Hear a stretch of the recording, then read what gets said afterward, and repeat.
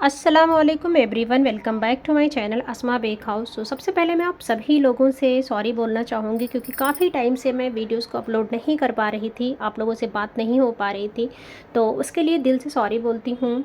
आज बहुत टाइम के बाद मैं आप सभी लोगों के सामने हाजिर हूँ आपके अपने चैनल अस्मा बेक हाउस में। चलिए वीडियो को शुरू करते हैं और इंशाल्लाह मैं कोशिश करूँगी कि आगे से मैं थोड़ा सा रेगुलर वीडियो अपलोड कर सकूँ, रूटीन में आ सकूँ।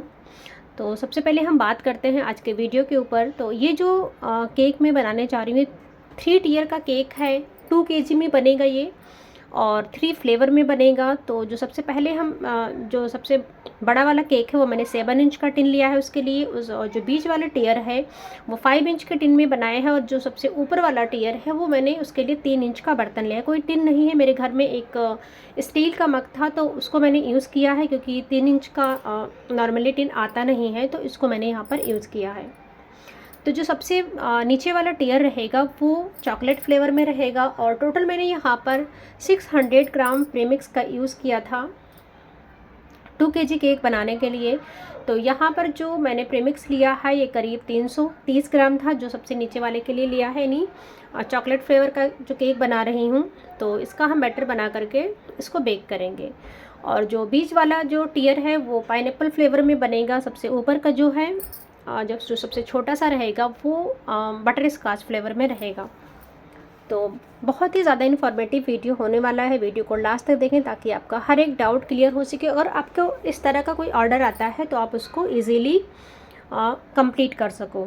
तो बहुत कुछ मैं इसमें बताने वाली हूँ और ये वीडियो बहुत पहले का है, बहुत पहले मैंने ये ऑर्डर कंप्लीट किया था, बट कुछ रीज़न की वजह से मैं वीडियोस को अपलोड नहीं कर पा रही थी, जिसकी वजह से वीडियो था मेरे मोबाइल में, तो अभी मैं इसको अपलोड कर रही हूँ। तो यहाँ पर मैंने बैटर को बना करके टिन में ट्रांसफ़र कर दिया है और इस तरह केक स्पॉन्ज को कैसे बनाना है ये मैंने बहुत सारे वीडियोस में ऑलरेडी बता चुकी हूँ। तो यहाँ पर मैं बहुत ज़्यादा डिटेल में नहीं बताऊँगी क्योंकि वीडियो फिर बहुत ही ज़्यादा लंबा हो जाएगा। और यहाँ पर मैंने दूसरे केक के लिए मैंने यहाँ पाइनएप्पल फ्लेवर में स्पॉन्ज रेडी करने, इसमें मैंने थोड़ा सा पाइनएप्पल एसेंस डाला था और 1 से 2 ड्रॉप मैंने येलो फूड कलर डाला है और ये करीब 180 ग्राम प्रीमिक्स था। और तीसरा केक के लिए सॉरी वो बटर स्कॉच नहीं था, वो स्ट्रॉबेरी फ्लेवर था, मैंने गलती से उसको बटर स्कॉच बोल दिया था, वो स्ट्रॉबेरी फ्लेवर में था। तो यहाँ पर मैंने तीनों स्पॉन्ज को बेक कर लिया है, तीनों स्पॉन्ज अच्छे से बेक हो गए। और कभी भी आपको ध्यान रखना है कि जब भी आप इस तरह का केक बनाएं, यानी आपको 2 टियर का बनाना है, 3 टियर का बनाना है, उसको कम से कम 5 से 6 घंटे पहले आपको सब कुछ सेट करके रख देना होता है। तो मैंने स्पॉन्ज को बना करके अच्छे से उसको ठंडा कर लिया था करीब 1 घंटे तक, क्योंकि स्पॉन्ज का यहाँ पर अच्छे से ठंडा होना भी ज़रूरी है, तभी वो जल्दी सेट होगा। तो यहाँ पर क्योंकि मैं 2 kg का केक बना रही हूँ तो इसके लिए हमें ड्रम बोर्ड चाहिए होता, बट क्योंकि ये जो केक मैं बना रही थी बहुत ही ज़्यादा बजट फ्रेंडली था, इसको मैंने 1700 में सेल किया था। जो मेरी क्लाइंट है वो काफ़ी पुरानी है और उन्होंने रिक्वेस्ट किया था कि उनको कम बजट में केक चाहिए बट केक अच्छा भी होना चाहिए, 3 टियर का चाहिए। तो मैंने कहा ठीक है। तो इसके लिए मैंने यहाँ पर 2 बोर्ड को आपस में जॉइंट करके मैंने एक ड्रम बोर्ड बनाया है। तो इससे क्या होगा, हमारा जो बोर्ड है थिक हो जाएगा और वेट को वो यहाँ पर यानी वेट को हैंडल कर लेगा। बट इससे ज़्यादा अगर आप केक बनानी है 2.5 kg का, 3 kg का, तो फिर वहाँ पर आपको ड्रम बोर्ड का ही यूज़ करना है, फिर ये वाला ट्रिक जो है वो काम नहीं आएगा। तो अगर आपके पास भी इस तरह का ऑर्डर आता है और आपको कम बजट में केक बनाना है, ड्रम बोर्ड नहीं ले सकते क्योंकि वो थोड़ा कॉस्टली आता है, तो इस तरीके से आप बोर्ड को बना सकते हैं। और ये मैंने 12 इंच का बोर्ड लिया है क्योंकि कभी भी जब हम थोड़ा सा बड़ा केक बनाते हैं, फिर टियर केक बनाते हैं, तो उसका लुक अच्छा दिखाने के लिए थोड़ा सा बड़ा बोर्ड आप लोग लिया कीजिए। तो यहाँ पर करीब 4 से 5 इंच बड़ा है मेरा बोर्ड, क्योंकि उस पर थोड़ा डेकोरेशन होगा तो उसके लिए भी हमें स्पेस चाहिए होता है। और अब मैंने यहाँ पर क्रीम में थोड़ा सा चॉकलेट गनाश मिक्स करके उसको चॉकलेट क्रीम बना लिया था, इसको हम अच्छे से अप्लाई करेंगे और इसके ऊपर मैं थोड़ा सा गनाश एक्स्ट्रा भी ऐड करूँगी ताकि एक अच्छा सा टेस्ट आए, और उसके साथ चोको चिप्स भी डालूँगी। और इस तरीके से हम इसको क्रम कोट करके फ्रिज में रख देंगे अच्छे से ठंडा होने के लिए। तो कभी भी आपको अगर इस तरीके का केक बनाना है तो कम से कम 4 से 5 घंटे पहले उसको बना करके क्रम कोट करके आपको फ्रिज में अच्छे से उसको सेट करने के लिए रख देना है और फिर उसके बाद ही आपको फाइनलाइजिंग करनी है। तो यहाँ पर मैंने थोड़ा सा गनाश भी डाला है, इस तरीके से मैं इसको क्रम कोट कर लूँगी। अब हम आ जाते हैं थोड़ा सा कुछ और टॉपिक की तरफ, क्योंकि केक तो मैं बहुत बार दिखा चुकी हूँ, थोड़ा सा मैंने इसके बारे में बता भी दिया है, बाकी आप लोग देख करके समझ लेंगे। तो काफ़ी टाइम पहले मैंने एक वीडियो अपलोड किया था ज़ोमैटो से रिलेटेड, क्योंकि उस टाइम मैंने ज़ोमैटो पर अपना क्लाउड किचन स्टार्ट किया था। तो वहाँ पर मैंने कुछ चीज़ें शेयर करी थी कि किस तरीके से मेरे ऑर्डर्स आ रहे हैं, कैसे सारी चीज़ें। तो उस वीडियोस पर अल्हम्दुलिल्लाह बहुत अच्छे व्यूज़ गए थे और वहाँ पर बहुत सारे लोगों को कमेंट भी आए थे, क्वेरीज़ आए थे। तो मैंने कोशिश किया था, सारे जितने भी कमेंट आए थे मैंने उनका रिप्लाई देने की कोशिश की थी, बट कहीं ना कहीं कमेंट में आप लोगों को भी पता है कि हम डिटेल में ज़्यादा कुछ नहीं बता सकते हैं। तो यहाँ पर मैं कुछ एक क्वेश्चन को कवर करने की कोशिश करूँगी, क्योंकि यहाँ पर बीच बीच में मुझे केक के बारे में भी थोड़ा सा बताना है। तो मैं कोशिश करूँगी कि 1 से 2 क्वेश्चन को यहाँ पर कवर कर सकूँ। बाकी जो क्वेश्चंस होंगे जिनको लगेगा कि मुझे उसका डिटेल में रिप्लाई करना चाहिए, तो मैं आगे किसी दूसरे वीडियो में उसको कवर करूँगी इंशाल्लाह। तो जो सबसे पहला क्वेश्चन वहाँ पर था, यानी जो मोस्ट कॉमनली क्वेश्चन था कि हम किस तरीके से ज़ोमैटो पर अपना क्लाउड किचन स्टार्ट कर सकते हैं, कैसे रजिस्ट्रेशन कर सकते हैं। तो देखिए, इसके लिए ज़ोमैटो का एक पार्टनर ऐप होता है। आप लोग प्ले स्टोर पर सर्च करेंगे तो आपको मिल जाएगा। तो वहाँ पर जा कर के आपको रजिस्ट्रेशन फॉर्म फिल करना होता है, और इसके लिए सबसे ज़रूरी है आपके पास फूड लाइसेंस का होना। बिना फूड लाइसेंस के आप इसके लिए अप्लाई नहीं कर सकते हैं। तो ये हो गया इस क्वेश्चन का आंसर। और फूड लाइसेंस कैसे बनता है, कहाँ से बनाया जाता है, ये भी क्वेश्चन आ रहा था। तो इसका जो रिप्लाई है वो ये है कि आपके नियर बाई कोई भी एजेंट होंगे जो लाइसेंस वगैरह बनाते हैं, तो उनसे आप लोग फूड लाइसेंस को बनवा सकते हैं। और हर जगह की अलग अलग प्राइस होती है, यानी ये भी पूछा गया कि कितने में बनता है, तो वो मैं आपको एग्जैक्ट नहीं बता सकती हूँ, क्योंकि हर जगह का अलग अलग रेट होता है। और डायरेक्टली ऑनलाइन भी बनता है, बट कई बार नहीं हो पाते। मैंने भी ट्राई किया था ऑनलाइन बनवाने की, बट वहाँ पर नहीं हो पा रहा था, तो इसके लिए मैंने एजेंट के थ्रू ही बनाया था।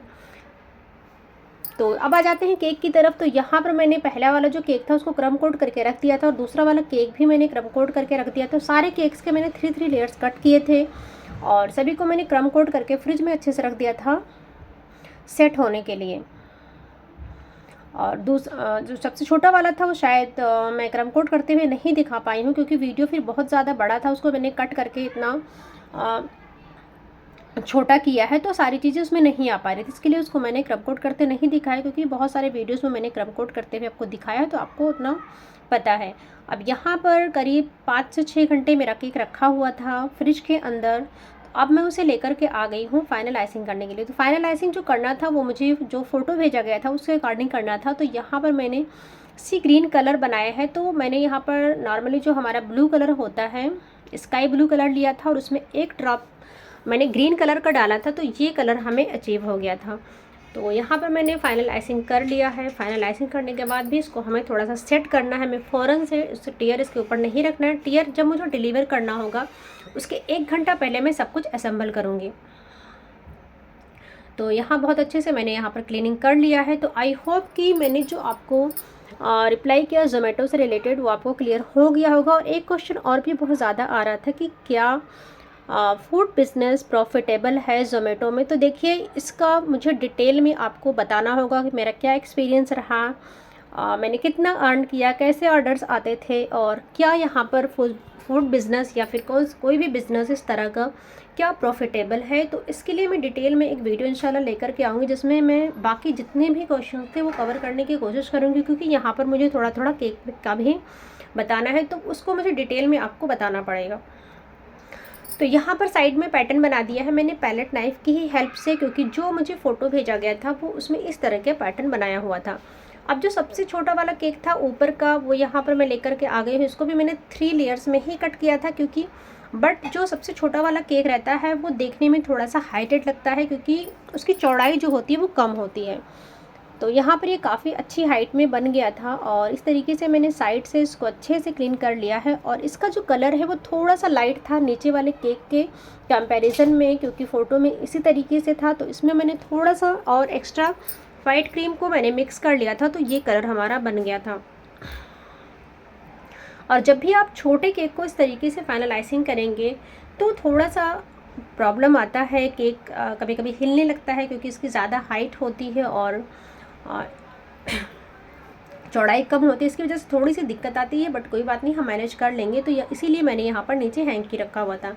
अब जो बीच वाला केक था जो मैंने बनाया था 5 इंच के टिन में, वो मैं लेकर के आ गई हूँ और यहाँ पर उसको येलो कलर में हमें फाइनलाइजिंग करना था। तो यहाँ पर मैंने गोल्डन येलो कलर डाला है क्रीम के अंदर और हम इसको अच्छे से फिनिशिंग दे देंगे। तो आई होप कि आपको सारी चीज़ें क्लियर हो रही हों और बहुत ज़्यादा आपको कभी भी टेयर वाले केक में बहुत ज़्यादा सोकिंग नहीं करनी है, क्योंकि ज़्यादा सोक कर देंगे तो भी केक अच्छे से सेट नहीं होगा और फिर डैमेज होने का चांस रहेगा। तो इसके लिए सारी चीज़ें आपको ध्यान में रखना है। जब भी आप टेयर केक बनाओ कम से कम 5 से 6 घंटे पहले आपको क्रम कोट करके अच्छे से सेट करना है, ज़्यादा सोक नहीं करना है। तो ये सारी छोटी छोटी चीज़ें हैं जो आपको ध्यान अगर रखेंगे तो आपका केक भी बहुत अच्छे से स्टेबल रहेगा। अब जो हमारा केक था वो बहुत अच्छे से सेट हो गया था। मैंने फाइनलाइजिंग करने के बाद भी करीब 1 घंटे तक रख दिया था फ्रिज के अंदर, क्योंकि डिलीवरी में अभी टाइम थी। तो अभी मैं लेकर के आ गई हूँ और अब हमें इसमें डावल को इंसर्ट करना है, क्योंकि उस टाइम मैं डावल नहीं लगाई थी। तो यहाँ पर मैंने डावल को कट कर लिया है केक के साइज़ के अकॉर्डिंग मैंने यहाँ पर। और ये मेरा हार्ड वाला डावल है जो प्लास्टिक का आता है। ये आपको किसी भी रॉ मटेरियल शॉप पर इजीली मिल जाएगा या फिर आप ऑनलाइन भी ऑर्डर कर सकते हैं, अमेज़ॉन फ्लिपकार्ट पर अवेलेबल है। तो यहाँ पर थोड़ा थोड़ा क्रीम लगा करके मैंने जो डावल लगाया था उसको अच्छे से हम इस तरह से बराबर कर देंगे और फिर इसके ऊपर हम टेयर को प्लेस करेंगे, यानी जो सेकंड वाला टेयर है हमारा उसको हम प्लेस करेंगे। तो यहाँ पर मैं सेकंड वाले टेयर को भी लेकर के आ गई हूँ। अब सबसे पहले एक बड़ा सा आपको पैलेट नाइफ लेना है और नीचे से जो उसके साइड से उसको अच्छे से छुड़ा लेना है केक से और फिर उसको बहुत ही आराम से उसको ऊपर सबसे पहले बीच में आपको एक डावल को इंसर्ट करना है और फिर एक हाथ से आपको पैलेट नाइफ को पकड़ना है और दूसरे से डावल को पकड़ना है और धीरे से आपको उठा करके इसके ऊपर आपको प्लेस कर देना है। और यहाँ पर मैंने जिस टिन में मैंने बेक किया था वो टिन भी रख करके एक मार्क लगा लिया था ताकि केक इधर उधर ना हो। तो यहाँ पर बहुत ही सेफली मैंने उठा करके केक के ऊपर प्लेस कर दिया है। अब धीरे से हमें पैलेट नाइफ को इस तरीके से निकाल लेना है और फिर उस डावल को भी मैंने अभी निकाल लिया है, क्योंकि इसके ऊपर अभी एक और टेयर जाएगा। अगर मुझे 2 टेयर ही बनाना होता तो यहीं पर मैं उस डावल को इंसर्ट कर देती। तो अभी जो तीसरा वाला टेयर था उसको भी मैं लेकर के आ गई हूँ और इसको भी हम धीरे से इस तरीके से पहले से नीचे से छुड़ा लेंगे और फिर धीरे से उसको उठा करके हम इसके ऊपर प्लेस कर देंगे। तो यहाँ पर आप लोग देख पा रहे होंगे कि बहुत ज़्यादा फ्लिकर हो रहा है, पता नहीं क्यों ये बार बार प्रॉब्लम आता है, जिसकी वजह से मैं ज़्यादा वीडियोज़ भी नहीं बना पाती हूँ। बट कोई बात नहीं, यहाँ पर आप थोड़ा सा इस चीज़ को इग्नोर करिएगा। तो तीनों टेयर हमारे बहुत अच्छे से प्लेस हो गए हैं और अब जो एक बड़ा सा डावल हम इसके अंदर इंसर्ट कर देंगे जो हमारे तीनों टेयर को अच्छे से आपस में स्टैक कर लेगा, जिससे कि जब भी हम कहीं भी डिलीवरी करेंगे तो हमारा जो टेयर है वो आपस में जॉइंट रहेगा, कहीं भी इधर उधर खिसकने का या फिर डैमेज होने का चांस नहीं रहेगा। और अभी यहाँ पर हमारा जो कैमरा था वो थोड़ा सा नीचे हुआ था, जो मैंने बाद में यहाँ पर एडजस्ट कर लिया था। तो अभी बारी आती है यानी जो भी हमें, क्योंकि ये जंगल थीम केक बनाना था मुझे, एक छोटे से यानी 1 ईयर की बेबी का केक था, तो इसके लिए मैंने प्रिंटिंग निकलवा लिया था। ये ग्लॉसी प्रिंट में मैंने सारे प्रिंटिंग निकलवाए थे और उसको कट करके रख लिया था। अब हमें एक एक करके यहाँ पर स्टिक करना है केक के ऊपर। तो इस तरीके से मैंने सारे जो टॉपर्स थे, एनिमल्स टॉपर्स थे, उनको यहाँ पर एक एक करके मैंने बहुत अच्छे से स्टिक कर दिया था। और यहाँ पर मेरी बेटी भी हेल्प कर रही थी इनको स्टिक करने में। तो और उसके ऊपर यहाँ मैंने ग्रास भी बनाया है केक के ऊपर और साइड्स में भी हमें ग्रास का लुक देना है। तो इस तरीके से सारे टॉपर्स लगने के बाद और केक डेकोरेट करने के बाद बहुत ही ज़्यादा अच्छा लग रहा था ये केक। और इसके बाद मैंने एक बॉयज़ के नेम का एक हैप्पी बर्थडे का टॉपर भी बनाया था, जो कि क्लाइंट की रिक्वायरमेंट थी। और अब हम यहाँ पर बीच में जो हमारा गैप है वहाँ पर हम इस तरीके से ग्रास बना लेंगे। तो ग्रास बनने के बाद इसका लुक और भी बहुत ज़्यादा अच्छा आ रहा था। और फिर ग्रास के ऊपर हम छोटे छोटे फॉन्डेंट के फ्लावर्स रखेंगे तो वो उसका लुक बहुत ही अच्छा है। जिस तरीके से ग्रास के ऊपर छोटे छोटे फ्लावर्स खिले होते हैं उस तरीके से यहाँ पर ये दिखेगा। यहाँ पर छोटे छोटे फ्लावर्स मैंने बना करके फॉन्डेंट के पहले से ही रख लिए थे और अच्छे ड्राई भी हो चुके। तो यहाँ पर साइड में मैंने मोबाइल भी रखा हुआ ताकि मैं देख सकूँ कहाँ पर क्या चीज़ लगाया हुआ है। और कुछ यहाँ पर फॉक्स बॉल भी लगाने थे जो कि मैंने लगा दिया है केक के ऊपर। तो इस तरीके से हमारा जो केक का फाइनल लुक है वो कंप्लीट हो चुका है। और अभी लास्ट में हमें इसके ऊपर थोड़े से यानी जो